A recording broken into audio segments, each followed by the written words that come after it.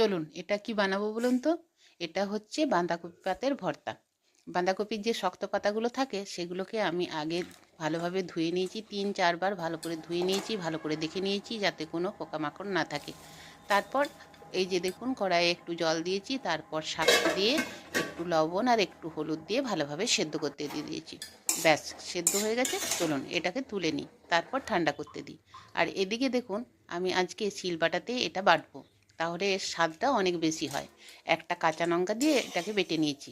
ব্যাস, চলুন এরপর রান্নাটা শুরু করে দিই।